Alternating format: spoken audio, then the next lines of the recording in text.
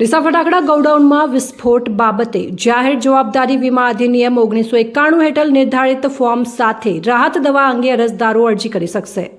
તારીખ 1/4/2025ના રોજ ડીસા તાલુકાના ઔદ્યોગિક વિસ્તાર નજીક ડીસા ઢુવા રોડ પર આવેલા સર્વે નંબર 384 જૂના સર્વે નંબર 556 વાળી જગ્યામાં આવેલા ફટાકડાના ગોડાઉનમાં મોટો વિસ્ફોટ થયો હતો, જે વિસ્ફોટના પરિણામે વિસ્ફોટવાળી જગ્યા તેમજ આજુબાજુના વિસ્તારમાં જાનમાલને નુકસાન થયું હતું। આ વિસ્ફોટમાં ઘાયલ થયેલા વ્યક્તિઓ તથા મૃત્યુ પામેલા વ્યક્તિઓના કાયદેસર પ્રતિનિધિઓ તથા વિસ્ફોટને કારણે જે વ્યક્તિઓના માલ મિલકતને નુકસાન થયું છે તેવી વ્યક્તિઓ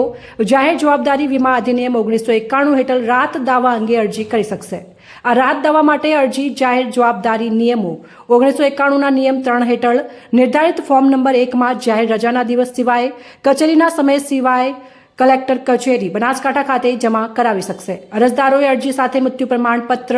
તબીબી પ્રમાણપત્રો, ઘાયલ વ્યક્તિ માટે અપંગતા થવા અથવા ઈજાના સંબંધિત દસ્તાવેજો, માલમત્તાના નુકસાનના પુરાવા દરેક દાવાદારોએ પોતાની અરજી યોગ્ય રીતે ભરીને જરૂરી દસ્તાવેજો સાથે સમય મર્યાદામાં રજૂ કરવી અનિવાર્ય છે, તેમ બનાસકાંઠા જિલ્લા મેજિસ્ટ્રેટની કચેરી દ્વારા એક અખબારી યાદીમાં જણાવ્યું છે।